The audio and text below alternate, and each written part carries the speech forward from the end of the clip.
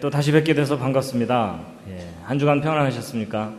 옆에 있는 분과 서로 인사하시겠습니다. 반갑습니다. 잘 오셨습니다. 좋은 말 많이 하시기 바랍니다. 행복하세요. 돈 많이 버세요. 기독교인들이 돈도 많이 벌어야 됩니다. 왜냐하면 해야 할 일이 많기 때문이고 다른 사람들을 도와야 할 일이 많기 때문입니다. 오늘 이제 전반기 마지막 강의입니다. 7번째 강의인데요. 오늘도 즐거운 시간이 되시기를 바라겠습니다. 오늘 오신 여러분들을 환영합니다. 제가 환영의 뜻으로 오늘 꽃을 준비했습니다.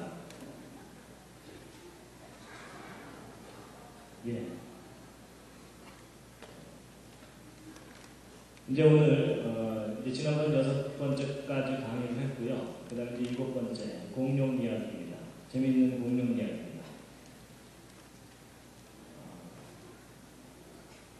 이제 어른들은 사실 공룡에 대해서 크게 관심이 없습니다. 그렇죠? 요즘은 이제 아이들, 특히 그 사내 아이들이 이 공룡에 한데 완전히 미친다고 해야 될까요? 다들 집중하는 때가 있습니다. 그럴 때 이제 그 아이들에게 우리에게 무엇을 어떻게 가르쳐 줄 것인가 하는 것인데요. 창세기 2장 25절 말씀인데 함께 읽으시겠습니다. 시작. 하나님이 땅의 짐승을 그 종류대로 육축을 그 종류대로 땅에 있는 모든 것을 그 종류대로 만드시니 하나님의 보시기에 좋았다. 이제 오늘 공룡과 성경입니다. 혹시 살아있는 공룡을 보신 분 계십니까? 그런 분은 없으시죠? 여기는 그 미국 워싱턴에 있는 스미소니언 박물관의 그 공룡 화석 전시실입니다. 이제 다양한 라이너라는 말이 무시무시하게 크다 뭐 이런 뜻이고 사우루스는 도마뱀 이런 뜻입니다. 그래서 그렇게 이름이 붙여졌고요. 혹시 공룡 이름 아는 거 있으십니까? 공룡 이름 티라노사우루스, 또 트리케라톱스, 또 알로사우루스, 또 아파토사우루스. 지금 어른들한테는 이게 다 방언입니다. 그리고 이제 공룡 이름 대보라고 하면 가끔 어떤 분들이 둘리 뭐 이런 경우가 있습니다. 이 공룡은 아주 유명한 공룡이죠. 바로 이게 티라노사우루스. 공룡의 왕이라고 할 그 공룡이죠. 공룡 이름 몇 가지 좀 알아보면요. 등에 무슨 빈대떡 같은 거 붙이고 다니는 공룡이 있습니다. 이거 이름이 뭐냐면 스테고사우루스입니다. 그 다음에 이제 목이 긴 공룡, 이거 디플로도쿠스라고 하고요. 그 다음에 이제 머리에 뿔이 2개가 있는데 이 코에도 뿔이 하나 더 있는 것 같으니까 그 이름을 트리케라톱스 뭐 이렇게 얘기합니다. 트라이세라톱스 이렇게 하고요. 얘는 그 주라기 공원 영화에 보면 아주 난폭한 공룡으로 나오는데 얘 이름은 이제 알로사우루스입니다. 자, 복습하겠습니다. 얘 이름이 뭐라고요? 스테고사우루스입니다. 그 다음에 얘 목이 긴 얘 공룡은 디플로도커스. 그 다음에 머리에 뿔 달린 공룡, 트리케라톱스. 그 다음에 얘는요, 알로사우루스입니다. 이건 뭘까요? 알입니다. 어떤 분들은 똥, 그런데 아닙니다. 알입니다. 근데 공룡은 종류가 상당히 다양합니다. 이거보다 훨씬 더 많은 종류의 공룡들이 있고요. 이건 이제 공룡 알들을 모아놓은 건데요. 이 왼쪽에 있는 이것은 지금 새끼가 알에서 깨어나오려다가 화석이 된 안타까운 상황입니다. 그리고 이제 공룡 알들 모아놓은 거 보시면요. 상당히 큽니다. 그렇죠? 여러분 이거 하나 삶아서 도시락 싸갖고 가면 대여섯 명이서 퍼먹을 수 있습니다. 이건 뭐죠? 공룡 발자국 화석들입니다. 세계 곳곳에서 발견되는데 이건 미국 오클라호마주에서 발견된 건데 이 사람 발자국이 아닙니다. 한국에도 공룡이 살았었나요? 한국에도 공룡이 살았었습니다. 그래서 한국에서 공룡 발자국이 100개 이상 발견되는 지역이 7군데가 넘습니다. 그리고 이제 한국에서 발견된 공룡 발자국 중에 제일 큰 겁니다. 상당히 크죠? 괜히 앞에서 얼쩡거리다가 밟히면 인생 끝납니다. 하여튼 세계 곳곳에서 공룡에 관한 그 화석과 그 발자국 화석 이런 것들이 참 많이 발견되는데요. 이것은 이제 공룡 화석 실제 발견한 장소입니다. 그리고 이제 공룡 화석 중에 이렇게 싸우다가 죽은 듯한 모습이 있는데요. 이 남부 몽골 지방에서 발견된 건데 이 오른쪽 공룡의 앞다리를 왼쪽 공룡이 물고 있는 상태로 화석이 되어 있는 그런 상황입니다. 자, 이제 공룡 화석들을 좀 보여드렸는데요. 이건 이제 아주 전형적인 공룡이죠. 그래서 여기 있는 사람하고 비교해보면 한 3배 정도 큰데 얘가 사실 이제 수그리고 있으니까 3배지. 뒷다리로 딱 버티고서 앞다리 쳐들고 고개까지 쳐들면 이렇게 올라갑니다. 대단히 큰 거죠. 그리고 이제 보통 사람들이 공룡이 크고 무시무시하다 이렇게만 알고 있지만 공룡 중에는 작은 것들도 있습니다. 이 왼쪽 아래 보시면 애완용 공룡도 있습니다. 자, 이제 공룡 사진들을 좀 우리가 보았는데요. 이제 중요한 이야기를 하려고 합니다. 공룡의 기원입니다. 공룡의 기원 그랬더니 어떤 분들이 뭐 공룡들이 바둑 두는 데인가 이러는데 아닙니다. 갑자기 추워지시죠? 자, 이제 공룡이 어떻게 생겨난 거냐 하는 건데 성경에 의하면 하나님이 만드신 동물들입니다. 근데 학교에서 가르치는 진화론에 의하면 이 도마뱀 같은 종류들이 점점점 변해가지고 공룡이 생겨났다는 겁니다. 그래서 이제 창조, 진화 둘 중에 어느 것이 옳으냐라는 걸 우리가 좀 판단을 해봐야 되는데 이제 중요한 것은 이제 공룡과 사람과의 관계입니다. 퀴즈를 하나 드리겠습니다. 이런 공룡과 사람이 같은 시대에 함께 살았습니까? 서로 다른 시대를 살았습니까? 옆에 있는 분과 한번 상의해 보시죠. 공룡과 사람은 같은 시대에 함께 살았습니까? 서로 다른 시대를 살았습니까? 자, 확인해 보겠습니다. 자, 1번 같은 시대에 함께 살았다. 그 중에 내가 봤다. 그런 분 안 계시고요. 아니다, 서로 다른 시대를 살았다. 예, 이제 그동안 강의를 여러 차례 했기 때문에 그런 분들이 별로 없으시군요. 예, 내려주시죠. 이제 확인해 볼 텐데요. 이 학교에서 가르치는 진화론에 의하면 공룡은 언제 살았던 동물이라고 얘기하냐면 중생대에 살았었다고 합니다. 근데 이 중생대가 지금부터 2억 3천만 년 전부터 시작해서 6,500만 년 전에 끝났다는 겁니다. 그래서 공룡은 6,500만 년 전에 멸종한 동물이라고 이제 학교에서 가르칩니다. 그래서 6,500만 년 전에 공룡들이 다 멸종한 후에 인간은 기껏해야 100만 년 전, 아주 길게 잡아봤자 1000만 년 전쯤 원숭이가 진화돼서 인간이 된 거다. 이렇게 가르치니까 진화론에 의하면 공룡과 인간은 적어도 몇 년 동안 못 만나는 겁니까? 6,000년이 아니라 6천만 년 이상 시간 간격을 두고 만난 적이 없는 겁니다. 그렇죠? 예. 그러니까 이제 인간이 살아있는 공룡을 본다는 것은 헐리우드 영화에서나 가능한 일이지 실제 지구 역사상 그런 일은 없었다라는 것이 진화론입니다. 그래서 여러분들도 이 신생대 공룡 이런 말은 들어보지 못하셨을 겁니다.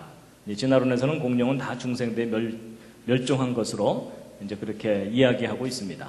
그런데 이제 다 함께 읽으시겠습니다.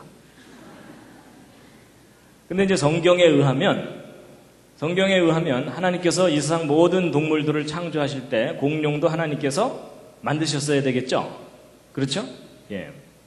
자, 그러면 여러분 하나님께서 이 세상을 6일 동안 창조하셨다고 성경에 기록되어 있는데 공룡은 몇째 날 창조하신 걸까요? 옆에 있는 분과 또 상의해 보시기 바랍니다. 공룡 몇째 날 창조됐죠? 자, 지금 아무 생각이 안 나시는 것 같아서 이제 공룡 얘기하기에 앞서서 하나님이 창조하신 6일 동안 창조하신 것을 오늘 좀 확실하게 정리를 하고 넘어가도록 하겠습니다. 자, 분당 우리 교회 성도님들의 창세기 상식 수준을 또 점검해 보도록 하겠습니다. 자, 6일 동안 창조된 순서 한번 맞춰보시기 바랍니다. 여러분, 첫째 날 뭐가 창조됐죠? 빛. 예. 둘째 날? 예. 셋째 날? 예. 둘째 날이 기억 안 나는데 셋째 날이 어떻게 기억나겠습니까? 제가 오늘 좀 정리를 해드리도록 하겠습니다. 제가 그림 그려왔습니다. 자, 이거 보시면서 이제 대답하시면 됩니다. 첫째 날 뭐가 창조됐습니까? 빛입니다. 예, 그리고 빛과 어둠을 나누셨고, 둘째 날 물인데요. 이게 물을 창조하신 건 아닙니다. 그런데 둘째 날의 주제는 물입니다. 그래서 하나님께서 지구를 덮고 있는 물을 하늘 위의 물과 하늘 아래의 물로 나누신 겁니다. 자, 셋째 날은 땅이 솟아 올라오고 그 위에 식물을 만드셨습니다. 그 다음 이제 넷째 날은 뭘까요? 넷째 날이 뭐냐면 해와 달과 별입니다. 근데 해나 달도 다 별이니까 그냥 별 이렇게 기억하시면 됩니다. 그 다음에 이제 다섯째 날은 새와 물고기. 예, 여섯째 날은 육지동물과 사람. 이렇게 창조하신 겁니다. 자, 다 기억하시겠습니까? 자, 다시 복습. 첫째 날, 빛. 둘째 날, 물. 셋째 날, 땅과 그 위에 식물. 예, 넷째 날, 해, 달, 별. 다섯째 날, 새와 물고기. 여섯째 날, 육지동물과 사람. 예. 지금이야 이제 분위기에 편승해서 대충 대답하셨지만, 이제 내일만 돼도 다 까먹으실 겁니다. 옆에 있는 분과 서로 좀 확인 좀 해주시기 바랍니다. 한 분이 물어보고 한 분이 대답하시고.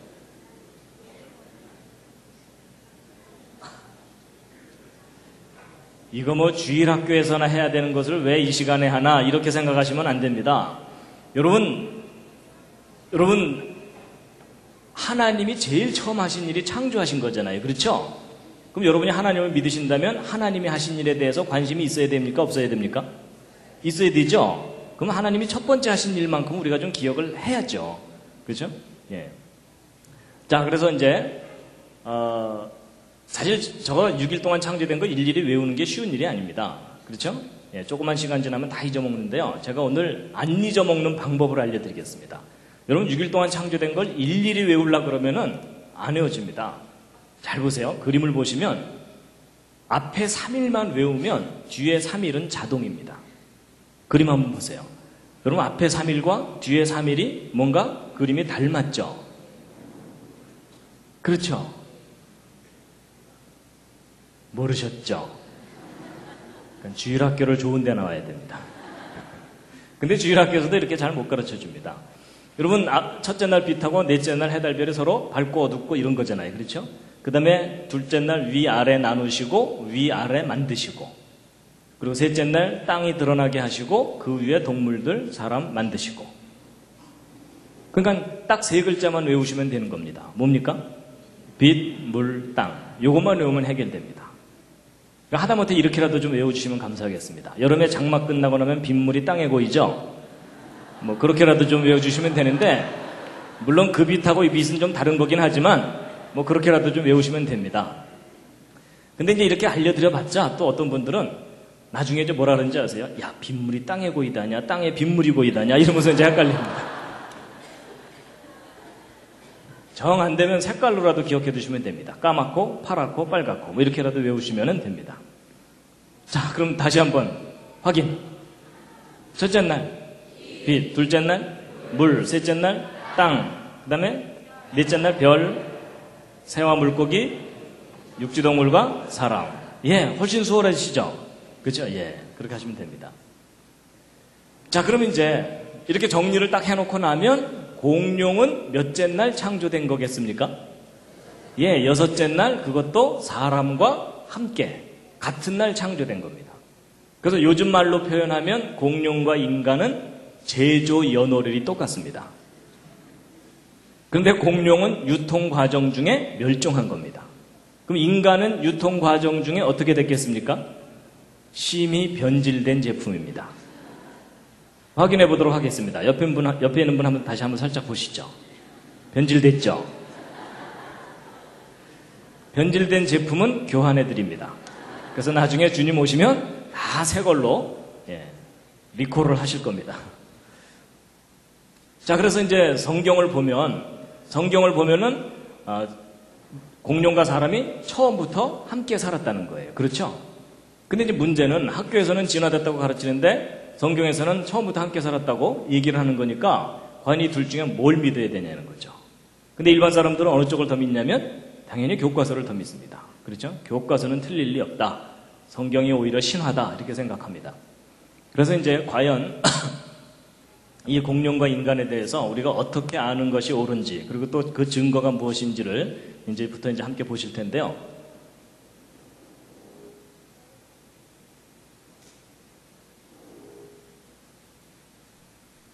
예, 이제 그 백문이 불여일견입니다. 과연 공룡과 사람이 서로 다른 시대를 살았던 것이냐, 아니면 함께 살았던 것이냐 하는 건데요. 무엇보다도 이제 증거가 중요합니다. 여러분, 증거도 없이 믿으려면 무슨 믿음이 필요하다고요? 대단한 믿음이 필요합니다. 근데 우리가 증거를 알고 나면 당연히 확신을 하게 됩니다. 함께 한번 읽으시겠습니다. 시작. 후일에 너희 자손이 물어 가로되 공룡과 그 화석들은 무슨 뜻이뇨 하거든 뭐라고 대답해 주셔야 될 것 같습니까? 아무것도 안 떠오르시죠? 그래서 이제 오늘 뭐라고 대답해야 되는지를 이제 확인을 시켜드릴 텐데요. 이게 진화론에서는 공룡이 수천만 년 전에 멸종한 거다 이렇게 얘기를 하는데 이제 과연 그런가 하는 겁니다. 이 남미의 페루에 옛날 잉카 문명이 있었습니다. 그 잉카인들의 이제 후예들인데 그 페루에 아이카라고 하는 요 지역인데요. 그 지역에서 발견된 사람 두개골인데요. 이건 지난번에 제가 인류 기원할 때 잠깐 말씀을 드렸었죠. 근데 이제 이런 희한한 머리뼈를 남겼던 이 사람들이 아주 이상한 유물을 남겨놨습니다. 이분이 이제 그 페루 분인데 그 아버지 때부터 이런 검은 돌들을 1000개 이상이나 수집해가지고 이제 소장하고 있고 그걸 이제 사람들에게 이제 알리는 분인데 이게 잉카 사람들의 무덤이나 이런 곳에 부장품 형태로 많이 들어있던 돌입니다.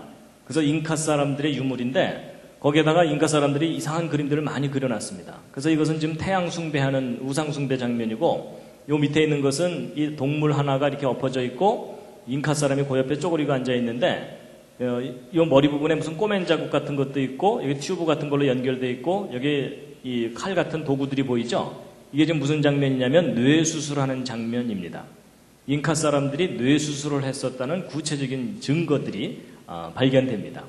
근데 이제 그보다 더 중요한 것은 바로 이제 이 그림 보시면요. 여러분 오른쪽 사람들은 분명히 잉카 사람들이고요. 근데 이제 왼쪽에 이거 뭐죠?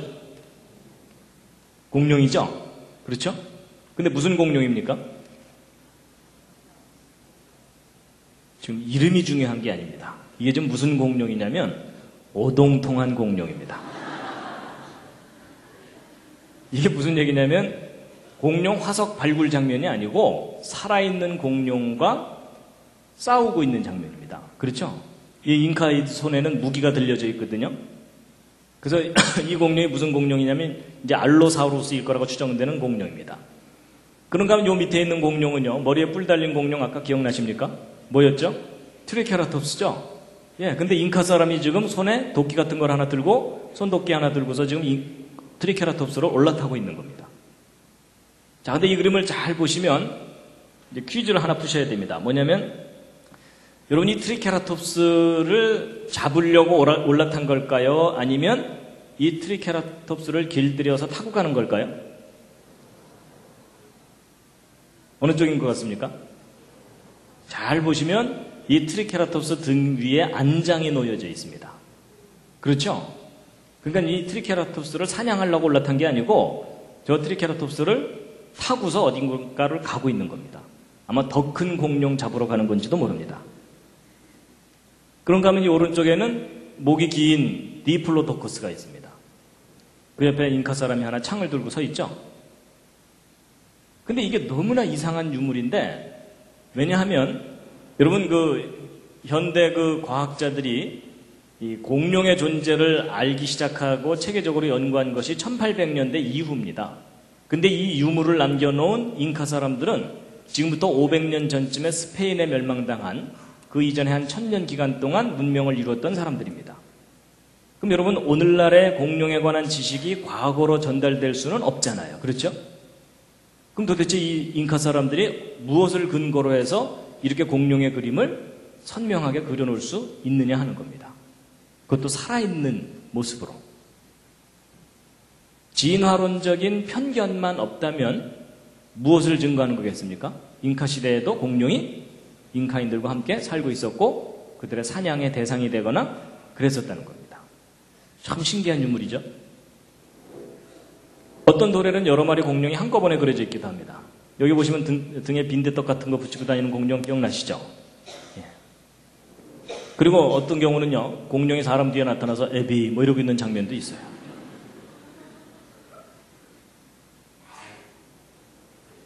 그리고 공룡 모형들도 발견됩니다. 실물 모형입니다. 그래서 이 트리케라톱스 있고요. 이건 오리주둥이 공룡이거든요. 그리고 트리케라톱스 위에 사람이 올라탄 경우도 있고요. 자, 그 다음에 이제 이 아이카 지역에서 좀 내려가면 나스카라고 하는 지역이 있는데요. 그 나스카 지역은 여기는 사막지대입니다. 그리고 이제 강을 따라서 여기 밭들이 좀 있고요. 근데 이제 요 부분입니다. 요 부분에 아마도 옛날 읽은 책 중에 고대의 불가사의 뭐 이런 책 있잖아요. 거기에 이제 자주 등장하는 건데 이 하늘에서 내려다보면 거대한 그림들이 보이는 그런 겁니다. 그래서 정작 이 땅에서는 안 보여요. 그림이 하도 커갖고. 그래가지고 이런 100m가 넘는 이런 동물들을 이렇게 선으로 이렇게 그려놓은 그림이거든요. 근데 이제 바로 이 이 나스카 사람들이 이제 이런 천 조각들도 남겨놓고 그랬는데 AD 700년경 사람들입니다. 근데 이 천 조각에 그려진 이 그림을 잘 보시면은 뭡니까? 예, 공룡이에요. 그렇죠? 그리고 이제 이 남미에서 좀 올라가서 이제 멕시코의 아캄바로라는 지역에서 발견된 유물들인데 점토를 구워서 만든 어떤 형상들입니다. 근데 이 아캄바로 사람들은 잉카 사람들보다도 더 오래전 사람들인데 대략 예수님 오셨을 때쯤 살았던 사람들이거든요. 근데 이 사람들이 남겨놓은 이런 점토 유물들이 상당히 많이 발견됐습니다. 그 중에 이제 일부 희한한 동물들이 섞여 있는데 그 동물들이 바로 이런 것들입니다. 공룡 종류죠. 그래서 이 추피쿠아로 문명의 유물들인데요. 그래서 여기 이 돈 패튼 박사라는 이분이 직접 이 박물관을 찾아가가지고 이 점토로 만들어진 이 이상한 동물들을 사진을 다 찍어서 지금 인터넷에 올려놓았는데요. 이거 하나하나 보시면요. 공룡들입니다. 이게 지금 초등학생들 경연대회 작품이 아닙니다. 2000년 전 사람들이 남겨놓은 공룡 종류의 동물 모형들입니다. 아예 공룡하고 씨름도 하고 있어요. 그리고 숨 막혀 뭐 이러는 장면도 있고 내 손 뭐 이러는 장면도 있고요.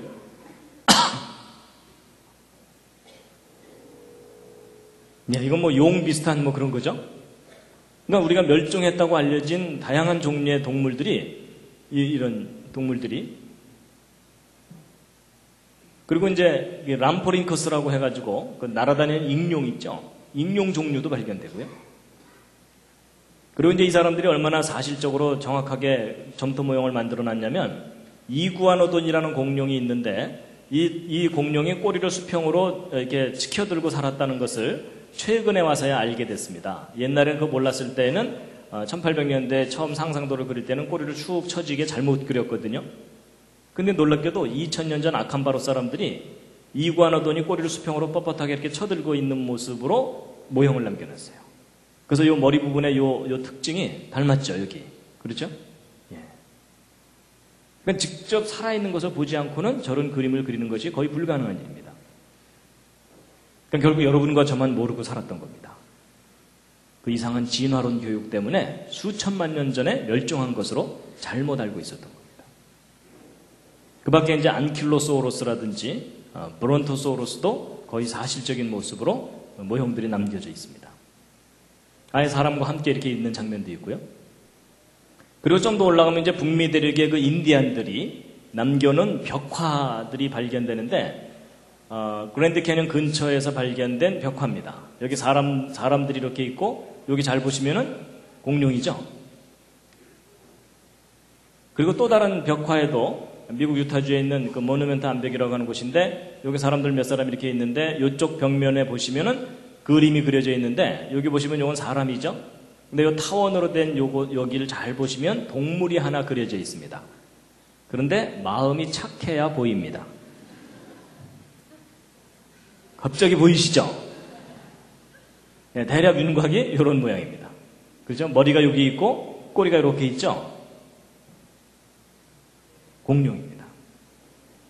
그리고 이제 애리조나 투손에서 1924년에 이제 발견된 건데 로마 시대 형태의 나무로 만든 유물입니다. 그런 것들이 꽤 오래전에 만들어진 칼들 이런 것들이거든요. 도구들인데 그 칼의 표면에 공룡 모양이 새겨져 있기도 합니다. 그 다음에 이제 캐나다 온타리오주의 어느 이제 암벽에 그려져 있는 동물인데 오늘날 살고 있지 않은 멸종된 공룡 종류일 거라고 여겨지는 동물이 벽화로 남겨져 있기도 하고요. 그다음에 이제 프랑스에 옛날 네안데르탈인들이 살았었다고 하는 동굴 그런 지대 속에서 발견된 벽화인데 잘 보시면 동물이 2마리가 그려져 있습니다. 근데 이것은 마음이 진짜 착해 보입니다. 보이십니까? 보일 듯 말 듯 하시죠? 대략 윤곽이 이런 모습입니다.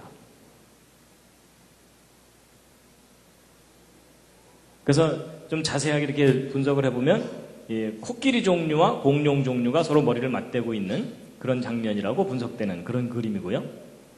그 다음에 이제 메소포타미아죠. 그러니까 중동 지방에서 발견된 옛날 고대 시대의 원통형 도장 표면에 놀랍게도 아파토사우루스와 아주 유사한 동물이 새겨져 있습니다. 그리고 이제 이집트에서도 초기 이집트 문명 초기에 그 나아머 왕이라고 있었는데 그 왕의 승리를 기념하는 그 그림입니다. 근데 이게 뭐냐면은 그 갑옷을 딱 입었을 때 겨드랑이 보호하는 그런 거라고 합니다. 그걸 이제 팔레트라고 하는데 거기에 새겨진 이제 그림이 이제 발견되는데 그 뒤쪽 면에 보면은 이상한 동물이 있는데 오늘날은 멸종된 공룡 일종이라고 여겨지는 동물이 선명하게 새겨져 있고요. 이건 좀 더 과장해서 좀 그리긴 했지만 그 비슷한 것이고요. 그 다음에 이제 그 AD 100년경이니까 그 요한복음이 쓰여졌을 당시쯤입니다. 예수님 시대 그때쯤이죠. 그때의 나일강의 풍경을 그려놓은 모자이크 벽화입니다. 모자이크 그림인데 여기 나일 악어도 보이고요. 그런데 이렇게 그려진 이 왼쪽 그림 위쪽을 잘 보시면 이상한 그림이 있습니다. 뭐냐면 이집트 사람들이 나일강 주변에 살고 있던 그 원주민들이 어떤 동물을 사냥하고 있는 장면이 선명하게 이렇게 그려져 있습니다. 근데 이 동물이 공룡 종류예요. 그렇죠? 그래서 이 그림을 그린 사람도 이제 확인이 됐는데 드미트리우스라고 하는 로마 시대 사람인데 그 이집트 알렉산드리아 출신의 작가입니다. AD 100년경 작품입니다. 그리고 이제 여기 이제 이 동물의 그 이름도 여기 써 있습니다. 크로코딜로 파로달리스 뭐 이렇게 돼 있어갖고 그때 당시 용어로는 악어 표범이라고 합니다. 그리고 이제 또 다른 고대 로마 모자이크 벽화에도 타니스트로페우스와 아주 유사한 공룡이 이렇게 그려져 있고요. 아프리카의 그 동굴에서도 이 브론토사우루스라고 여겨지는 동물이 이렇게 그려져 있기도 하고 벽화로. 그 다음에 터키 카리아 지방에서는 BC 530년경 작품인데 이 화병 같은 표면에 모사사우루스라고 하는 어룡 종류가 그려져 있습니다. 지금은 이제 그 진화론에서는 이게 다 중생대에 살다가 멸종한 거다 이렇게 이야기하는 거거든요. 그 다음에 이제 BC 550년에 이 트로이의 괴물인데 이 헤라클레스가 헤시온의 공주를 구하는 장면을 그린 건데 근데 요 밑에 있는 이 동물들이 좀 그려져 있는데 이 동물들 이거는 뭐 이제 오리 종류 비슷한 거라고 본다면 요게 좀 이상하게 생긴 동물이거든요. 근데 이것이 아마도 하드로사우루스 종류일 가능성이 있다라고 이제 분석되고 있습니다. 그리고 이제 고대 인도네시아의 이 수마트라 섬 쪽에서 발견된 것인데 헝가리 부다페스트 박물관에 이제 보관되어 있는 건데 여기 있는 요 동물이 좀 이상하죠. 근데 요 동물 보시면은 그 하드로사우루스 종류가 머리 부분에 이상한 장식들이 좀 이렇게 있거든요. 그것과 너무나 닮아 있는 동물의 모습입니다. 이건 좀 귀엽죠? 이거는 이제 아프리카의 가나 지역에 살고 있는 동물들, 실제 동물들의 모형을 만든 것 중에 하나라고 합니다. 근데 오늘날 살고 있는 형태의 동물이 아니거든요. 그래서 아마 공룡 새끼를 저렇게 모형으로 만든 것이 아니겠느냐라고 추정되는 그런 작품입니다. 그 다음에 이제 그 바벨론 느부갓네살 왕 때에 만들어진 이슈타르 문이 1887년에 발굴이 됐는데 그 문 표면에 동물들이 이렇게 새겨져 있는데 그 동물 중에는 이 사우로포드 다이너소라고 추정되는 동물이 이렇게 그려져 있고요. 17세기 독일 소책자에 보면은 마을이 불타고 있는데 익룡들이 날아가고 있는 것이 사파로 이렇게 그려져 있습니다. 근데 이제 아까 말씀드린 것처럼 공룡에 관한 연구는 19세기 이후부터거든요. 근데 17세기 사람들이 어떻게 이런 것들의 존재를 그림으로 그려낼 수 있겠느냐 하는 겁니다. 그 다음에 이제 이집트에서 발견된 또 다른 도장인데, 도장에 새겨져 있는 그림을 잘 보시면은 이 프테로사우루스라고 하는 익룡이 이 가젤이라고 하는 이런 동물을 사냥하고 있는 장면이 남겨져 있습니다. 그러니까 우리가 다 진화론에 의하면 수천만 년 전에 다 멸종했다고 하는 동물들이 역사의 유물 속에 증거들로 이렇게 남아있는 거예요. 그 다음에 이제 호주의 퀸즐랜드의 쿠쿠얄란지 원주민들이 그 야루라고 불렀던 어룡인데 아마도 플래시오사우루스일 거라고 추정되는 동물인데요. 이제 그것에 대한 그림입니다. 이제 실물이 아니고 이제 그림을 그린 것에 불과하긴 하지만 그래도 여기 그림을 이렇게 그려놨을 때 여기 척추를 쭉 이렇게 그려놓기도 했고 식도와 위장을 그려놨거든요. 근데 이 뱃속을 들여다보면 사람 하나가 들어있습니다. 그건 아마도 이런 식으로까지 구체적으로 그림으로 그린 걸로 보아서 추정해 보기를 이 괴물이 사람을 잡아먹었는데 이 원주민들이 이 동물을 다시 잡아갖고 배를 갈라서 그 사람을 꺼냈다든지 이런 일이 실제로 있었기 때문에 이와 같은 그림을 그리지 않았겠느냐라고 추정하는 그런 그림입니다. 그 밖에도 이제 이 세계 곳곳에서 공룡이라고 여겨질 만한 동물에 관한 기록들이 많이 발견됩니다. 특히 유럽에는 다양한 나라가 있었고 왕들이 있었기 때문에 왕들의 족보를 연구하는 학자들이 고대 문서들을 뒤지다가 이상한 괴물들이라고 하는 기록들을 간혹 발견을 하거든요. 그 중에 좀 더 상세하게 묘사되어 있는 것들의 그 특징을, 묘사된 내용을 보면은 공룡이라고 여겨질 만한 동물들이 기록 중에서도 나온다는 겁니다. 근데 이제 이런 것들은 물론 간접적인 증거들이고, 지금까지 쭉 보여드렸던 내용들은 직접적인 증거들입니다. 근데 이런 증거들이 있다는 사실 그동안 들어보신 적 거의 없으시죠? 근데 예전에는 이런 증거를 개인이 구하기가 참 어려웠습니다. 근데 지금은 인터넷에 들어가면 저런 자료들을 많이 찾을 수가 있습니다. 그 밖에 이제 여러 가지 이야기가 있는데 이거 일일이 다 설명드리면 시간이 많이 가니까 좀 넘어가도록 하겠고요. 잠시 기지개 한번 켜시겠습니다.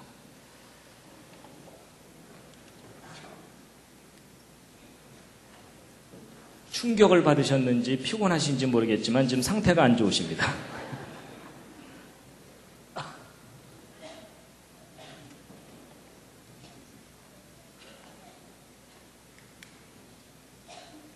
아예 몸 풀고 하겠습니다. 좌양좌 하셔서 옆에 있는 분 안마를 시원하게 해드리겠습니다. 반갑습니다 하신 후에요.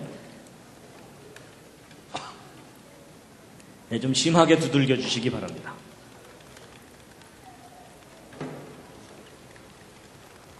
대충 하시면 안 됩니다. 옆에 앉은 분이 오케이 할 때까지입니다.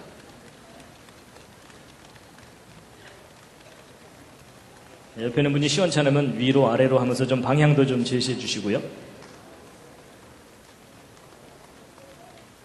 예, 반대로도 좀 해주십니다.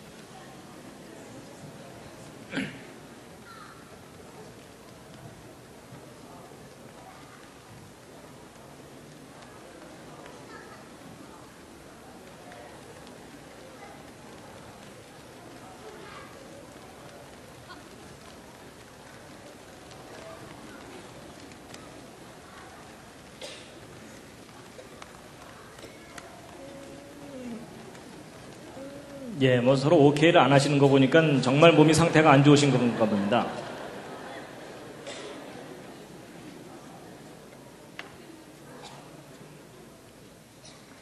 예, 그 다음에 이제 이게 그 공룡 중에 아주 유명한 티라노사우루스죠.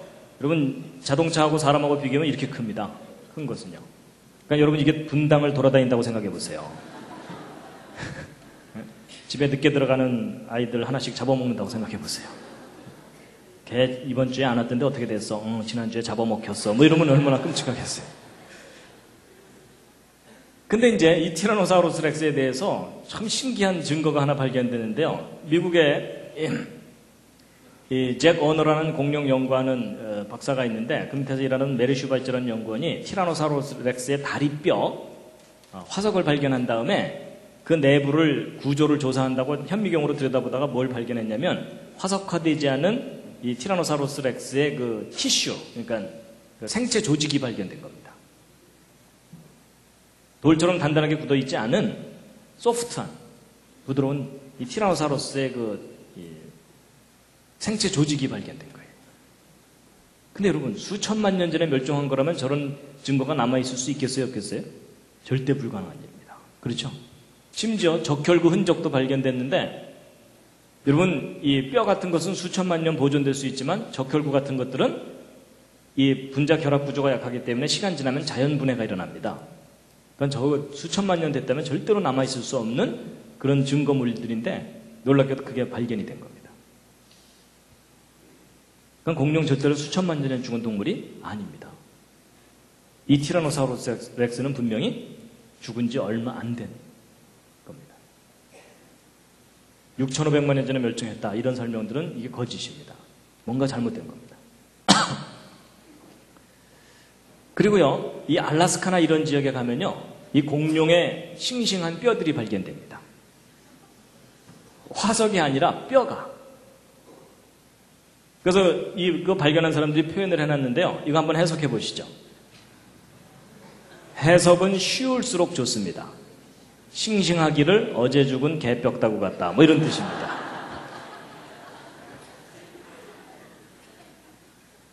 그래서요, 실제 이런 보고서들을 보면요, 1981년에 공룡 뼈들을 알래스카에서 발견했는데, 이 관계자들이 처음에는 너무 신선해가지고, 이 아메리카 물소뼈 정도로 생각했다는 거예요. 설마 공룡뼈일 거라고 생각을 못했는데, 나중에 자세하게 확인해 봤더니, 뿔 달린 공룡, 오리주둥이 공룡, 작은 육식 공룡의 뼈라는 것이 확인된 거예요. 그러니까 공룡이 절대로 수천만 년 전에 죽은 게 아니라는 결정적인 증거들이 세계 곳곳에서 발견됩니다. 그래서 여러분, 지금까지 쭉 소개해드린 것 줄줄줄 설명드렸지만 전 세계 곳곳에서 인간 역사 속에서 공룡들이 함께 살았었다는 구체적인 증거들이 발견된 겁니다. 여러분, 제가 오늘 이걸 하나하나 확인시켜드리지 않고 말로만 얘기했다. 그러면 여러분 오늘 돌아가시면서 뭐라 그러시겠어요? 아, 오늘은 되게 우기대 뭐 이러셨을 거예요. 그렇죠? 근데 제가 오늘 실물로 다 확인을 시켜드리는 겁니다. 그리고요, 이제, 이것도 아주 충격적인 결과인데, 제가 기침이 아직 좀 덜 나가지고요. 자꾸 기침이 나옵니다. 여러분, 이게 어떤 결과냐면요. 공룡의 뼈들을 탄소 동위원소 연대 측정법으로 측정을 해봤더니 그 결과값이 3만 년, 2만 년, 1만 년 이렇게 나온다는 얘기입니다. 저게 무슨 뜻이냐면요. 여러분, 소위 그 탄소 동위원소라고 하는 이 원자량 14짜리 탄소, 이거 원래 탄소는 원자량이 12거든요. 근데 14짜리는 요건 이제 동위원소라 그래서 저것은 불안정하기 때문에 질소로 다시 돌아가 버립니다. 얘가 원래 출신이 질소입니다. 근데 잠깐 동안 탄소인 척 하는 애거든요. 근데 얘는 반감기란 얘기는 처음에 이만큼 있다가 절반 정도가 없어지는 데까지 걸리는 시간을 반감기라고 얘기하는데, 이 탄소 동위원소는 반감기가 한 5,000년 정도밖에 안 됩니다. 그렇다는 얘기는 5만 년만 지나면 거의 다 없어진다. 그렇게 보셔도 된다는 얘기입니다. 그럼 생각해 보세요. 여러분, 공룡 뼈 속에 이렇게 탄소 연대 측정법으로 연대가 측정됐다는 얘기는 공룡 뼈 속에 탄소 14가 들어있다는 얘기죠. 그렇죠? 근데 탄소 14가 들어있다는 게 무슨 얘기냐면 이 뼈가 수만 년 이상 된 게 아니라는 뜻이에요. 이해하시겠습니까? 이해가 안 돼도 할 수 없습니다. 시간이 없어서 자세하게 설명 못 드리고요. 그냥 결과만 말씀드리는데, 여러분, 공룡이 정말 수천만 년 전에 죽었다면 공룡 뼈 속에서는 탄소 14라는 게 있어서는 안 됩니다. 절대로. 그 원리상. 근데 놀랍게도 탄소 동위원소가 들어있다는 얘기는 공룡들이 죽은 지 얼마 안 됐다는 강력한 증거들입니다. 근데 일반 사람들은 이런 증거가 있다는 것을 모릅니다. 그래서 공룡이 수천만 년 전에 죽은 거라면 C14 원소는 그냥 사라져 버렸어야 되는데, 지금 현재 상당량의 C14이 발견된다는 얘기는 얘가 죽은 지 얼마 안 됐다는 얘기입니다. 그리고 이제 지난번 그 인류의 기원 이야기할 때 잠깐 보여드렸던 건데, 소위 그 중생대 퇴적층 속에서 인간의 뼈가 화석으로 발견됐다 그랬죠? 그렇다는 얘기는 실제로 중생대라는 시대가 있었던 겁니까? 없었던 겁니까? 이게 없었던 겁니다. 지금 전 세계 사람들이 진화론이라는 잘못된 이론에 다 속고 있는 겁니다. 그게 교육의 심각한 영향입니다. 잘못된 스토리를 사실처럼 믿고 있는 그런 상황이라는 거죠. 그래서 지금까지 보여드린 증거 중에 하나라도 사실이라면 진화론이 근본적으로 잘못됐다는 겁니다. 그래서 이렇게 수억 년 세월 동안 진화됐다는 이 스토리가 근본적으로 잘못됐다는 걸 말씀드렸고요. 그렇다면 이제 지금까지 증거를 종합해보면 이 진화론에는 근본적인 문제가 있고 오히려 인간과 공룡은 처음부터 함께 살았다는 성경의 창조론이 더 타당하다는 거죠. 자, 그러면 이제 성경이 옳다면 우리가 하나 생각해 봐야 되는 게 뭐냐면, 여러분 성경을 보면은 말도 나오고 뭐 개도 나오고 동물들 많이 나오죠. 근데 여러분 성경에 공룡이 나오나요? 옆에 있는 분과 한번 상의해 보시죠. 여러분 성경에 공룡이 나오나요? 자, 확인해 보겠습니다. 1번 나온다, 2번 안 나온다, 3번 잘 모르겠다, 4번 성경을 읽어본 적이 없다. 자, 1번 성경에 공룡이 나온다고 생각하시는 분. 예, 지금 손 안 드신 분들이 상당히 당황해하고 있습니다. 내 성경에는 없던데 뭐 이러면서 내려주시고요. 예, 안 나온다고 생각하시는 분들도 있고요. 예, 잘 모르겠다. 예, 대부분 잘 모르시는군요. 여러분 성경대로 생각해 본다면 하나님께서 6일 동안 천지 창조하실 때 공룡을 6째 날 만드신 거라면, 여러분 공룡이 별로 특이하지 않은 동물이라면 안 나와도 괜찮겠지만 공룡이 상당히 특이한 동물이잖아요. 그렇다면 성경에 한 번은 나올 법하죠. 근데 여러분 성경에 공룡이 나온다는 말도 맞고 안 나온다는 말도 맞습니다. 무슨 얘기냐면 여러분이 가지고 있는 그 성경에는 공룡이라는 단어가 없습니다. 그래서 사람들은 성경에 공룡이 있다는 걸 모릅니다. 근데 여러분 성경이 원래 우리나라 말로 쓰여져 있던 게 아니라 성경 구약 성경 같은 경우는 히브리어로 쓰여져 있었고 신약 성경은 헬라어로 쓰여져 있죠. 근데 특히 구약 성경 히브리어 원문을 들여다보면 공룡이라고 믿어질 만한 동물이 나옵니다. 그래서 그 대표적인 예가 바로 욥기서의 40장을 보면은 40장 15절에 이제 소같이 풀을 먹는 하마를 볼지어다 이렇게 나오거든요. 여러분 그 욥기서는 그 욥이라는 사람이 이 사탄에 의해 가지고서 이 사탄이 하나님께 가가지고서 쏙닥쏙닥거리면서 제가 한번 이 욥을 괴롭게 하면 이 욥이 하나님을 부인할 겁니다. 뭐 이러는 바람에 고생하는 스토리 아시죠? 예. 그래갖고 이 욥기서 읽으면 참 재밌습니다. 재밌는데 처음 앞부분은 재밌다가 이 욥의 세 친구가 등장하면서 상당히 지루해집니다. 그래서 성동 통독하려고 마음먹었던 분들이 저 세 친구가 나오는 순간부터 시험에 들기 시작합니다. 근데 이제 욥의 고난이 다 끝나고 난 다음에 마지막에 하나님이 짠 하고 나타나십니다. 근데 나타나셔갖고 사실 우리 생각으로는 하나님이 나타나시자마자 욥한테 I am sorry 뭐 이러셔야 되거든요. 근데 성경에서는 하나님이 욥에게 미안하다는 말을 안 하세요. 그러면서 하나님께서 뭐라고 쫙 설명을 하시는데 설명하는 주제가 뭐냐면 내가 창조자다 그 말을 하시는 거예요. 그러면서 이제 이것저것 얘기를 하시면서 내가 땅에 기초를 놓을 때 너 어디 있었어? 말해봐. 아는 거 있어? 얘기해봐. 막 이러시는 거예요. 근데 욥의 대답이 또 신통한 거가 우리 같으면 막 화가 나갖고 괜히 생고생했잖아요. 이러면서 막 대들어야 되는데 욥이 또 그때 저는 죄인입니다. 이러면서 그냥 납작 엎드립니다. 그래서 이 욥기서의 주제는 정말 창조자 하나님을 내가 절대자로 인정하느냐 뭐 이게 주제인 것 같아요. 근데 이제 그 하나님이 나타나셔갖고 욥에게 창조자로서의 권위를 쫙 얘기하실 때 어느 동물을 또 예를 들으세요. 그게 바로 요 대목입니다. 그래서 이제 우리말 성경에는 이제 하마라고 되어 있거든요. 근데 이제 여러분 중에 아마 그런 분들이 계실 거예요. 드디어 저 교수가 오늘 하마를 공룡의 일종이라고 우기려는가 보다. 근데 제가 여러분 하마를 공룡이라고 우기려는 게 아니고요. 제 설명을 들어보면 이해가 되실 텐데요. 여러분 이 구약성경 욥기서 40장 15절을 히브리어 원문으로 보면 이 베헤모트라고 되어 있습니다. 근데 이 베헤모트라는 동물이 정확하게 무슨 동물인지를 모릅니다. 그래서 영어 성경은 차라리 히브리어 발음을 그대로 영어로 이렇게 해놨어요. 베헤모트라고. 근데 희한하게도 우리말 성경에 하마라고 번역이 된 거예요.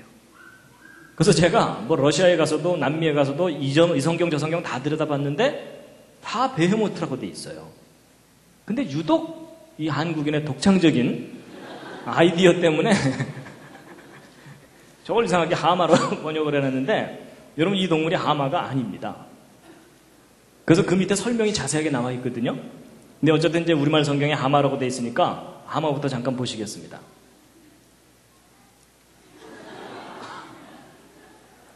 예, 이제 이 베헤모트가 하마인지 아닌지는 그 밑에 설명을 읽어보면 알 수가 있거든요. 보세요.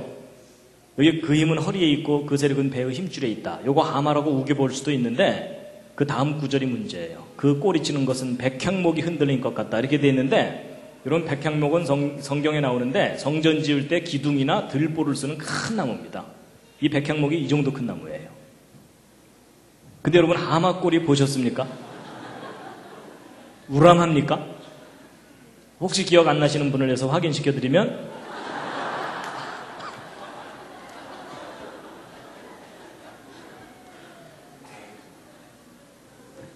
분명히 이 베헤모트라는 동물은 하마는 절대 아닙니다. 그렇죠? 분명히 거대한 꼬리를 가진 어떤 동물이거든요. 그 다음에 이제 19절도 보시면요. 하나님의 창조물 중에 으뜸이라 이렇게 돼 있죠? 여러분 동물 가운데 하마를 으뜸이라고 생각하시는 분. 여기 으뜸이라는 말은 앞뒤 문맥상으로 볼 때 가장 거대한 동물입니다. 그렇죠? 그럼 여러분 육지에 살았던 동물 중에 가장 거대한 동물은 지금 현재 살고 있는 것 중에 있습니까? 멸종된 것 중에 있습니까? 멸종된 것 중에 있죠. 그걸 우리가 부르기를 뭐라고 불러요? 오늘날 공룡이라고 불러요. 그렇죠? 그 다음에 이제 그 뒤에 또 하나 더 보시면요. 좀 더 보시면 요단강이 불어서 그 입에 미칠지라도 태어나다. 여러분 요단강에 홍수가 나서 돼지가 동동동 떠내려가고 소가 둥둥 떠내려가는데 이 베헤모트라는 동물은 그 홍수가 나는 강을 유유히 건너서 왔다 갔다 한다. 뭐 그런 표현입니다. 그러니까 이렇게까지 표현되어 있는 그 동물은 분명히 얘는 아닙니다. 얘는 이 번역이 정확하게 안 된 거고 적어도 이 정도 되는 거겠죠. 그렇죠? 여러분 여기 머리가 여기입니다. 목이 이렇게 있고 꼬리가 이겁니다. 꼬리. 요게 아닙니다.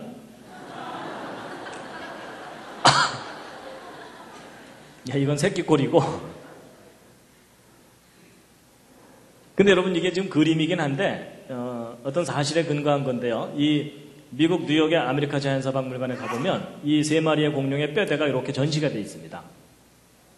근데 이제 이 뼈를 다 발견한 건 아니고 일부 뼈를 발견한 다음에 이제 복원을 해놓은 모습이거든요. 상당히 큽니다. 이 천정보다 높을 정도로 큽니다. 그 모형이요.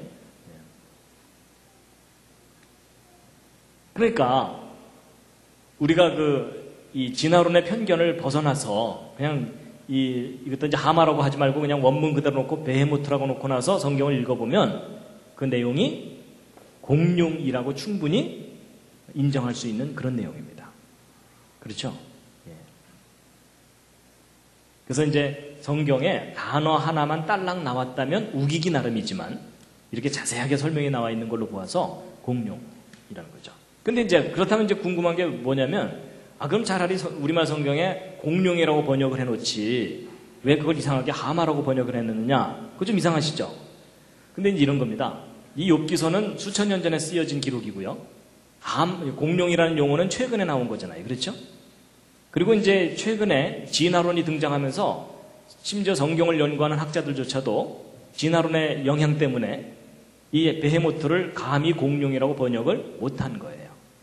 그래서 살아있는 동물 중에 어떤 동물하고 매치를 시키려다 보니까 매치되는 게 없어요. 그러다 보니까 뭐 등치가 좀 크다 이러니까는 하마 종류이겠거니 하고 하마라고 번역을 했다는 겁니다. 그래서 이제 보통 그 성경 주석 같은 데 보면은 하마 또는 코끼리라고 생각되는 어떤 거대한 동물 뭐 이렇게 설명을 해놨거든요. 그럼 이제 하마가 아니면 코끼리냐 그래서 코끼리를 그 옆에다가 대놔 봤는데 딴 건 몰라도 꼬리를 보아서는 얘도 아니에요. 그렇죠? 근데 여러분 우리가 화석을 통해서 이렇게 큰 꼬리를 가진 이런 공룡들을 발견하잖아요. 그렇죠? 그러니까 이 욥기서의 40장에 기록되어 있는 이 베헤모트는 공룡의 일종이다라고 생각할 수 있다는 겁니다. 그리고 이제 참고로 이제 하나 더 말씀드리면요. 욥기서 41장 그 다음 장에 보면 우리말 성경에 악어라고 번역되어 있는 게 나오거든요. 근데 이게 또 악어가 아닙니다. 이 히브리어 원문으로 보면 리워야단이라고 되어 있는데 이 리워야단은 성경에 나오기도 해요. 저 단어가 직접. 근데 저 리워야단은 다른 곳에는 대개 뭘로 번역되어 있냐면 용으로 번역되어 있습니다. 그래서 이 리워야단에 대해서도 하나님께서 자세하게 설명을 하시는데 특히 19절, 21절 요 노란색으로 제가 표시해 놓은 것을 한번 눈으로 보시면 어떤 동물이 떠오릅니까? 입에서 막 불이 나오는 용이 떠오르시죠? 용. 자, 여러분 또 퀴즈를 드리겠습니다. 여러분 그 막 입에서 불을 뿜는 이 용이라는 존재가 실제 역사 속에 살았었던 동물일까요? 아니면 사람들이 꾸며낸 동물일까요? 옆에 있는 분과 또 한번 상의해 보시기 바랍니다. 뭐 옆에 있는 분이 도움이 안 되니까 이젠 상의를 안 하시는군요. 자, 1번. 실제 역사 속에 살았었던 동물이라고 생각한다. 그러시는 분. 예, 꽤 많이 우기시는군요. 예, 내려주시고요. 그 다음에 아니다. 그 사람들이 꾸며낸 허구적인 동물일 거다. 예, 네, 예. 뭐 반반이신데요. 근데 여러분 우리가 생각해 봐야 될 게 뭐냐면요. 만약에 이 용에 관한 전설이 우리 한국에서만 발견된다면 우리 조상님들께서 워낙 뻥이 심하셔서 희한한 동물을 꾸며냈다라고 하면은 되겠지만 좀 이상한 점이 뭐냐면요. 이 용에 관한 전설이 전 세계적으로 발견됩니다. 그래서 이게 전 세계적으로 발견된다면 무슨 구체적인 근거가 있을 것이다라는 것이 학자들의 견해입니다. 그런데 이제 아무래도 이 입에서 불을 뿜는 이 용을 믿는 용이 현실적으로 존재한다는 건 믿기가 쉽지가 않잖아요. 그렇죠? 그런데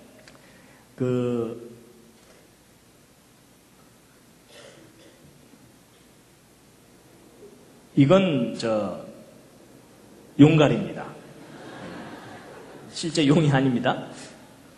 근데 이제 입에서 불을 뿜는 동물이 정말 있을 수 있느냐 하는 건데 일부 학자들은 그게 가능할 수 있다고도 생각해요. 왜냐하면 용은 아니지만 용과 비슷한 아주 특별한 무기를 가진 동물들이 있어요. 그 대표적인 예 중에 하나가 아주 조그마한 딱정벌레입니다. 근데 얘 이름이요. 이 딱정벌레는 종류가 아주 많거든요. 그 중에 이 폭격수 딱정벌레라고 하는 게 있어요. 이 봄바르디에 미트리라 그래서 얘는 어떤 무기를 갖고 있냐면요. 이 두꺼비가 자기를 잡아먹으려고 가까이 다가오면 꽁무니에서 100도짜리 화학폭탄을 발사해요.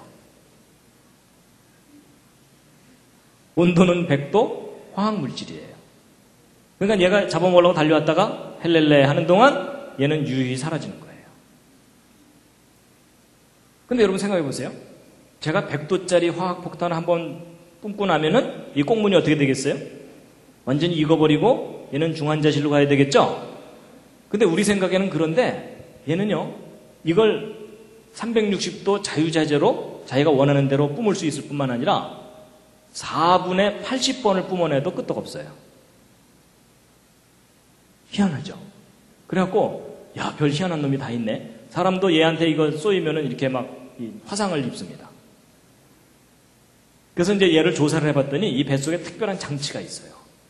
그래서 이 화학물질들이 서로 분비가 돼갖고 거기다가 효소를 딱 첨가하면은 폭발적으로 화학 반응이 일어나갖고 순간적으로 온도가 100도로 올라가고 압력이 확 늘어나는 거예요. 그러면 꽁무니가 타이밍을 딱 맞춰서 딱 열어주면 폭탄처럼 팍 나가는 거예요.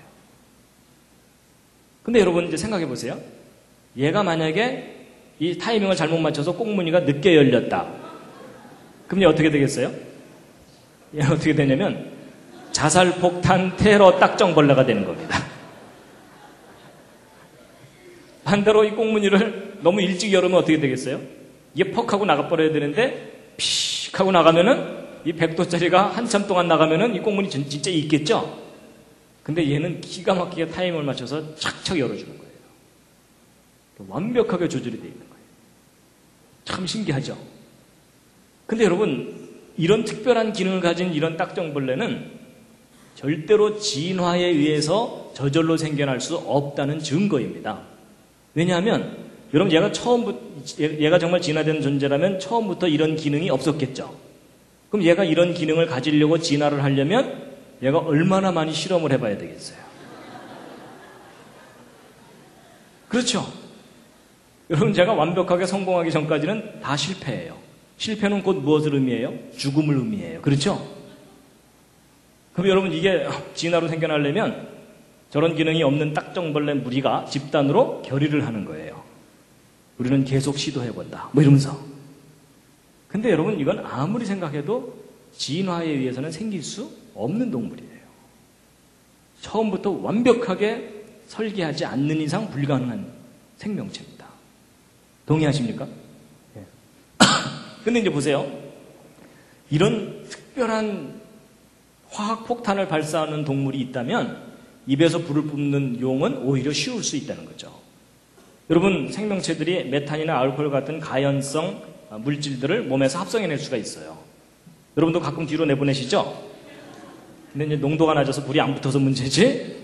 근데 이제 그런 것들을 몸에서 생산해낸 다음에 노즐을 통해서 뿜어내면 되거든요. 그리고 거기다가 뿜어내면서 스파크만 탁 튕겨주면은 사실 입에서 불이 나가는 것은 가능한 일이라는 거죠. 근데 여러분 전기 뱀장어 같은 것은 몇만 볼트 전기를 내잖아요. 그러니까 전기 스파크 같은 걸 탁 튕겨줄 수 있는 장치만 생명체에 있다면은 얼마든지 입에서 불을 뿜는 동물이 존재할 수도 있다는 겁니다. 근데 네가 봤냐 이러면 저도 또 할 말이 없어요.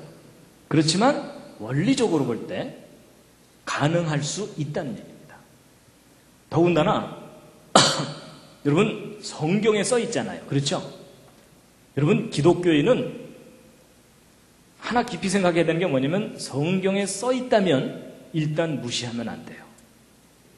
그렇죠? 딴 데 써 있으면 몰라도 성경에 써 있으면은 다시 한번 생각해 봐야 됩니다. 근데 분명히 하나님께서 그것도 직접 말씀하시잖아요. 내가 이 동물 다 만든 거다. 이렇게 말씀하시죠? 그렇다면 입에서 불을 뿜는 용이라는 존재가 실제 있을 수 있다라는 겁니다. 그래서 이제 참고로 이제 말씀을 드렸고요. 자, 그 다음에 이제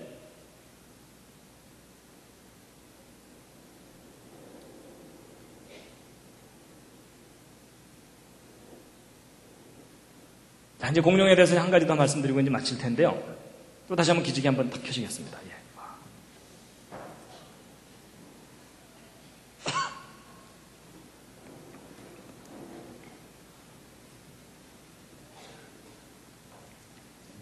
그 다음에 이제 공룡의 멸종입니다. 멸종. 여러분 지금 이렇게 다양하게 살고 있던 이 공룡들이 지금은 없죠? 멸종된 거죠? 여러분 공룡이 왜 멸종됐죠? 여러분 이런 어려운 질문은 쉬운 대답부터 하시면 됩니다. 공룡이 왜 멸종됐느냐 이런 질문을 받으시면 제가 안 죽였는데요 이러시면 됩니다. 여러분 그 여리고성 얘기 아세요? 그렇죠? 어느 교회 목사님이 주일학교 교육이 잘 되나 보려고 다니다가 꼬마 하나를 딱 붙들어 세워갖고 여리고성을 무너뜨린 게 누구지? 이렇게 물어봤더니 그 아이가 어떻게 했다고요? 얼굴이 파랗게 질려갖고 제가 안 그랬는데요 뭐 이랬대잖아요. 그래갖고 이제 거기서 끝나는 게 아니고요. 그래갖고 이제 이건 문제가 있구나 그래서 그 아이를 가르치는 교사를 찾아가서 이거 어떻게 된 거냐고 따졌더니 그 교사가 뭐라 그랬다고요? 얘는 절대로 거짓말할 아이가 아닙니다. 이렇게. 그래갖고 이 교육에 문제가 있구나 싶어갖고 부장 장로님을 찾아갔어요. 그래서 어떻게 된 거냐고 따졌더니 뭐라 그랬다고요? 제가 어떤 놈인지 꼭 잡아내겠습니다. 이런 거예요. 그리고 이건 정말 심각하구나 이래갖고 이번엔 당회를 열었어요. 그래서 대책을 논의하려고 당회를 열었더니 장로님들이 모이자마자 뭐라 그랬다고요? 까짓 거 우리가 물어줍시다. 뭐 이런 거예요.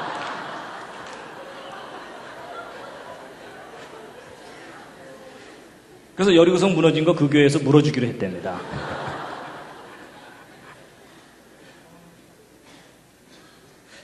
그냥 우스갯소리였고요. 그래서 공룡이 왜 멸종됐다고요? 쉬운 대답부터 하시면 됩니다. 자, 여러분 그 공룡 멸종에 관해서 가장 널리 알려진 것이 운석 충돌설인데 과거에 지구상에 큰 운석이 하나 뻥 떨어지면서 막 화산이 폭발하고 이 화산재들이 지구를 덮는 바람에 뭐 온도가 뚝 떨어져서 추워 죽었다.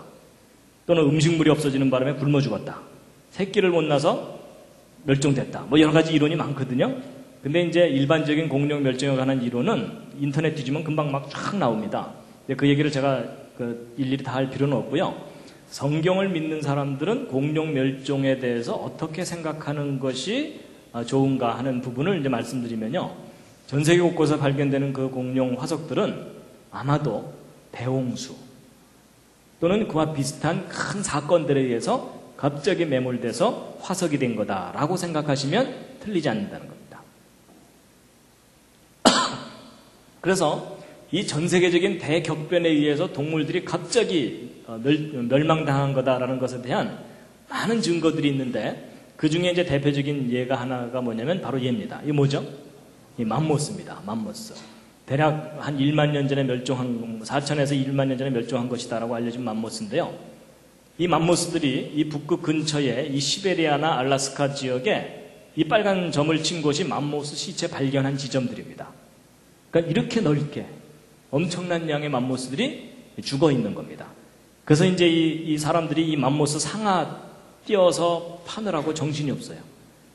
그래서 이제 아주 많은 맘모스 시체들이 발견되고 그랬는데 그 중에 이제 유명한 맘모스가 이제 바로 그 베르조브카 맘모스라 그래가지고 이 동쪽 지역에서 러시아 동쪽 지역에서 발견된 거를 이 상트페테르부르크라고 하는 곳에 그 동물 박물관에 전시를 해놓은 겁니다. 그래서 이제 이게 얼마 전에 제가 가서 직접 찍은 사진입니다. 제가 직접 갔었다는 증거로 이렇게 사진도 찍어왔습니다. 그리고 이제 이런 맘모스들이 이렇게 아주 그 살점이 다 썩지 않고 남아 있고요. 그 다음에 이제 땅 속에 파묻혀 있는 것들은 이렇게 이제 캐내갖고 싣고 와가지고서 이 흙들을 떼어내면 그 속에 맘모스가 들어있는 뭐 그런 경우도 있고 그렇습니다. 자, 근데 여기서 이제 퀴즈를 하나 드리면요. 여러분이 맘모스들이 살았을 때의 기후가 추운 기후였겠습니까? 따뜻한 기후였겠습니까? 보통은 추운 기후였다고 많이 기억을 하십니다. 왜냐하면 얘네들이 발견되는 곳이 시베리아나 이런 데 추운 지역이니까. 그래서 추운 데서 눈을 헤치면서 뭐 어렵게 살다가 결국은 얼어 죽었겠구나 이런 생각을 많이 하는데 아닙니다. 일반 사람들의 상식과 달리 이 맘모스가 실제로 발견됐을 때 그 주변 증거들을 보면은 추운 데 살았던 동물이 아닙니다. 근데 아직도 일반 책에는 추운 기후에 잘 적응한 동물이다 이렇게 나와 있거든요. 이거 잘못된 상식입니다. 실제 이 맘모스들이 시체들이 발견된 그 주변 지역에서도 이런 온대성 동물들이 함께 발견됩니다. 그리고 심지어 이 맘모스 위장 속에서 열대 쇠파리의 유충, 이 구더기가 발견되기도 하고 그럽니다. 그렇다는 얘기는 얘가 추운 데서 살았던 동물이 아닌 겁니다. 그리고 심지어 27m 정도 되는 과일나무가 맘모스 시체하고 함께 발견되기도 하고 그렇습니다. 그래서 여러 가지 증거들, 코끼리는 기본적으로 열대동물이고 갓 태어난 코끼리는 이 추위에 약합니다. 특히 이 코 같은 것들은 이 영하 막 30도 이렇게 내려가는 이런 추운 기후에 이 동상이 걸리기 때문에 유지가 안 됩니다. 그리고 매일 엄청난 양의 물을 마셔야만 이 덩치가 유지가 되거든요. 근데 이 얼음물을 마신 다음에 자기 체온만큼 더 피려면 엄청난 열량이 필요한데 먹을 것도 별로 없는 그 추운 지대에서 이 맘모스들이 산다는 건 불가능한 일입니다. 그래서 예전에는 그냥 언뜻 생각하기에 추운 데 살았다 죽었다 이렇게 생각했는데 이 구체적인 증거들을 확인해 보면은 절대로 추운 데가 아니라 오히려 따뜻한 데서 잘 살았던 겁니다. 특히 이 맘모스에 대해서 뭐 추운 기후에 오랫동안 먹이를 찾지 못할 것에 대비해서 에너지 저장고인 기름 주머니를 가지고 있다 이렇게 설명이 일반적으로 되어 있는데 이것도 잘못된 게 뭐냐면요. 여러분 피하 지방이 많다는 것은 먹이가 풍부했다는 것에 대한 증거지. 그렇죠? 예. 왜냐하면 이 추운 지방에 사는 술록보다는 따뜻한 데 사는 무소가 더 피하 지방이 많아요. 그렇죠? 그러니까 오히려 이 피하 지방이 많다는 얘기는 먹이가 풍부한 곳에 살았었다는 그런 의미입니다. 그래서 실제로 이 북극 지방이 처음부터 추운 지역이 아니었다는 증거들이 발견되는데 예를 들어 러시아에 가면은 이 나무 쓰레기들이 막 엄청난 더미를 이루고서 쌓여 있거든요. 심지어 1.2km 깊이로 쭉 파내려가도 계속 나무 쓰레기만 나와요. 근데 여러분 나무 쓰레기가 1.2km 두께로 쌓이려면은 원래 그 자리에 있던 나무들이 아닌 거예요. 대륙을 휩쓰는 거대한 홍수에 그 나무들이 한꺼번에 휩쓸려 갖고 그렇게 거대한 덩어리를 이루면서 매몰됐다라고 봐야 되는 겁니다. 그래서 과거에 여기가 다 울창한 지구 전체가 살기 좋은 상황이었는데 대홍수와 같은 사건에 의해서 이런 것들이 엄청나게 쓰레기를 이루면서 여기저기 쌓여 있는 거다라고 봐야 된다는 겁니다. 자, 그런데 이제 어쨌든 따뜻한 데서 잘 살고 있던 이 맘모스들이 죽은 거잖아요. 그렇죠? 집단으로. 근데 여러분 어떻게 갑자기 맘모스들이 죽었는가에 대해서 퀴즈를 이제 풀어야 되는데요. 이 맘모스 시체 이 소화기관 내에는 음식물이 남아있기도 하고요. 그 다음에 이런 맘모스들이 죽고 나면은 따뜻한 데서 살다가 죽었다 그러면은 새나 곤충이나 그 밖에 다른 육식동물들이 이런 것들을 뜯어먹게 되거든요. 근데 얘네들이 이렇게 잘 보존되어 있다는 얘기는 노출되어 있던 게 아니라 파묻혔다는 얘기입니다. 그렇죠? 그리고 서서히 파묻히면은 파묻히기 전에 다른 것이 뜯어먹어요. 근데 저렇게 생생하게 파묻혀 있다는 얘기는 그냥 갑작스럽게 죽은 다음에 곧바로 파묻혔다는 얘기입니다. 상황은 대충 이해하시겠죠? 그럼 이제 퀴즈를 하나 푸셔야 되는데 맘모스들이 죽은 원인 다음 셋 중에 하나를 한번 골라보시기 바랍니다. 1번 얼어 죽었다, 2번 굶어 죽었다, 3번 기가 막혀 죽었다. 몇 번일 것 같습니까? 정답은 3번입니다. 기가 막혀 죽었어요. 기가 막혔다는 말이 무슨 말이냐면 숨이 막혀 죽었다는 얘기입니다. 놀래서 죽었다는 얘기가 아니고요.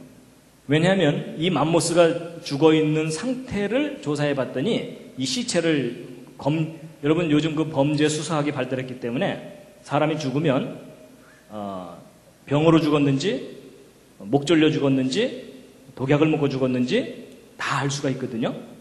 신체적인 특징이 나타나기 때문에. 근데 이 맘모스들이 죽은 이 신체적인 특징을 조사해 봤더니 얘네들이 숨이 막혀 죽은 거예요. 그리고 이 폐나 이런 곳에 진흙이나 이런 흙들이 많이 들어가 있어요. 그렇다는 얘기는 단순히 목 졸려 죽은 게 아니에요. 그렇죠? 그래서 이제 이게 어떻게 된 상황인지 그 주변 정황을 조사해 봤더니 거대한 모래 폭풍에 의해서 갑자기 파묻혀 죽은 거다라고 지금 추정되고 있어요. 그래가지고 맘모스가 이렇게 있다가 거대한 모래 폭풍에 순간적으로 이렇게 파묻혀갖고 질식해서 죽은. 그 후에 다시 질식해서 죽은 정도가 아니라 그 다음에 또 냉동 보존돼 있죠. 그러니까 이런 재앙들이 한꺼번에 온 거예요. 근데 이런 것들이 죽어서 발견되는 그 범위가 이렇게 넓은 지역이잖아요. 그렇죠? 그러니까 이 모든 것들이 다 질식해 죽은 건 아니지만 많은 맘모스들이 질식해 죽은 흔적들이 있어요. 그렇다면 전 세계적인 대홍수 때에 이 대륙을 휩쓰는 거대한 폭풍이 불거나 그러면서 얘네들이 파묻히고 또 그대로 냉동돼 버린 거라는 거죠. 그래서 이 대홍수 때 지난번에 말씀드린 것처럼 기품의 샘들이 터져나오게 되면 이 폭발할 때에 급격하게 온도가 냉각이 되거든요. 그래서 북극 지방이 그대로 그냥 얼어붙거나 이러면서 그때 죽은 맘모스들이 지금까지 시체로 생생하게 보존되어 있는 거다라고 보고 있다는 겁니다. 근데 이제 공룡도 마찬가지라는 거죠. 공룡도 아까 그 보여드렸던 자료 중에 알라스카 지역에 공룡의 싱싱한 뼈들이 많이 발견된다 그랬죠. 그것도 부서진 상태로 발견되거든요. 그렇다는 얘기는 그냥 홍수가 나서 빠져 죽는 정도가 아니라 심하게 이 압력이나 이런 것들을 받으면서 부서져 있는 상태로 부서져서 파괴가 돼서 죽어 있는 것을 이제 보여주고 있습니다. 그리고 이제 간혹 빙하기라는 걸로 설명하기도 하는데 만약에 온도가 서서히 내려가고 서서히 올라간다면 이런 맘모스 시체가 남아있을 수가 없습니다. 왜냐하면 온도가 서서히 내려간다고 얘가 얼어 죽는 건 아니거든요. 그렇죠? 그리고 이렇게 얼어 죽었다 하더라도 날씨가 풀리면은 얘네들이 썩어버려야 되겠죠? 근데 썩지 않고 그 시체가 싱싱하게 남아있다는 얘기는 아주 빠르게 냉각됐을 뿐만은 대부분 다 썩어버리겠죠. 그렇지만 이제 매몰된 것들만 화석으로 지금 발견되고 있다라고 보고 있습니다. 그래서 이제 공룡의 멸종도 이 맘모스와 맞물려서 전 세계적인 대홍수 때 대격변에 의해서 갑작스럽게 멸종했을 거다라고 보고 있습니다. 그 다음에 이제 노아 방주에 공룡 실었다고요, 안 실었다고요? 노아 방주에 공룡 실었어야 됩니다. 왜냐하면 아까 보여드렸던 사람과 공룡이 함께 살았다는 많은 증거들은 홍수 이후 증거들입니다. 그러니까 대홍수 때 당연히 공룡 살려야 됩니다. 그럼 방주에 공룡을 실었어야 된다는 거죠. 근데 이제 이 큰 공룡 어떻게 실었다고요? 옆에 있는 분과 한번 상의해 보시기 바랍니다. 이 큰 공룡 실는 방법. 그래서 이제 어떤 사람들은 공룡은 너무 커서 방주에 실지 못해갖고 멸종됐을 거다 이렇게 주장하는 분들이 있거든요. 그런 분들은 잘 돌봐드리시기 바랍니다. 새끼 실으면 되죠. 그렇죠? 여러분, 노아가 제일 큰 공룡 끌고 와갖고서 왜 안 들어가지? 왜 안 들어가지? 이건 아닙니다. 그렇죠? 예, 여러분, 이런 상황 아닙니다.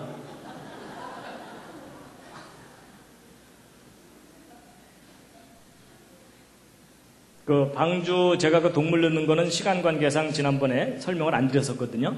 근데 그 동물들 정말 방주에 다 종류대로 넣을 수 있었느냐? 계산을 해보면 충분히 넣을 수가 있습니다. 자, 그 다음에 이제 먹는 얘기가 있는데 이거 좀 넘어가고요. 자, 이제 지금까지 한 얘기를 이제 정리하고 이제 마치겠습니다.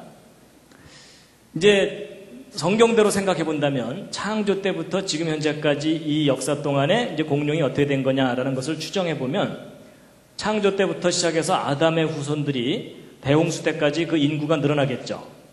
그리고 공룡도 역시 그 숫자가 늘어났겠죠. 근데 대홍수 때 전 세계적인 대홍수에 의해서 이 모든 것들이 다 죽고 방주에 탔던 것들만 다시 살아남았겠죠.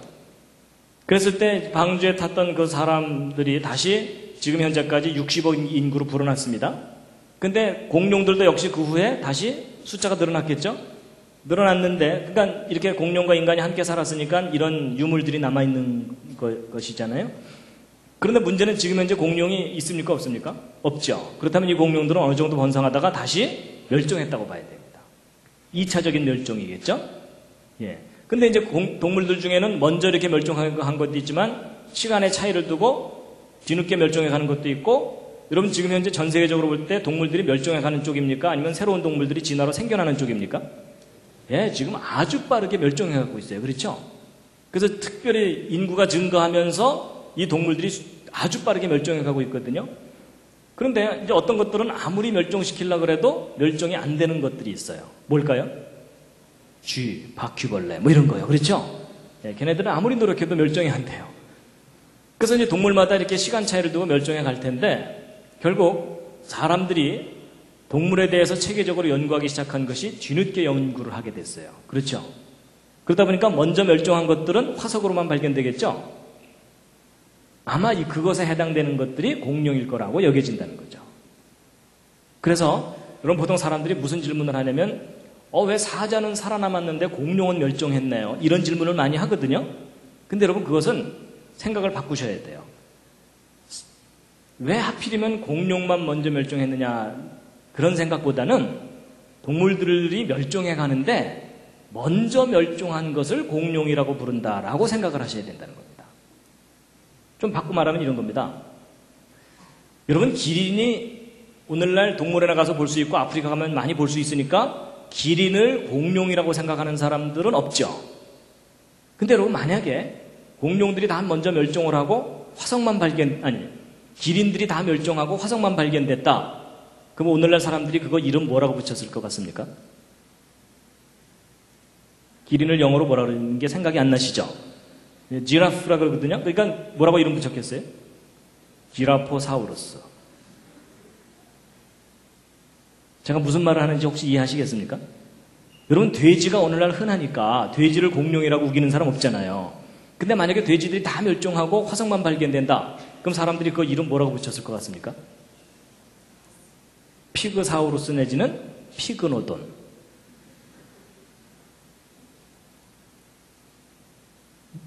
제가 무슨 말을 하려는지 이해가 되시죠? 무슨 얘기냐면 공룡이 무슨 특별한 동물이 아니라는 겁니다. 여러분 공룡이 특별한 동물이라면 공룡 말고 다른 동물들도 하나님이 만드신 특별한 동물들이에요. 그렇죠?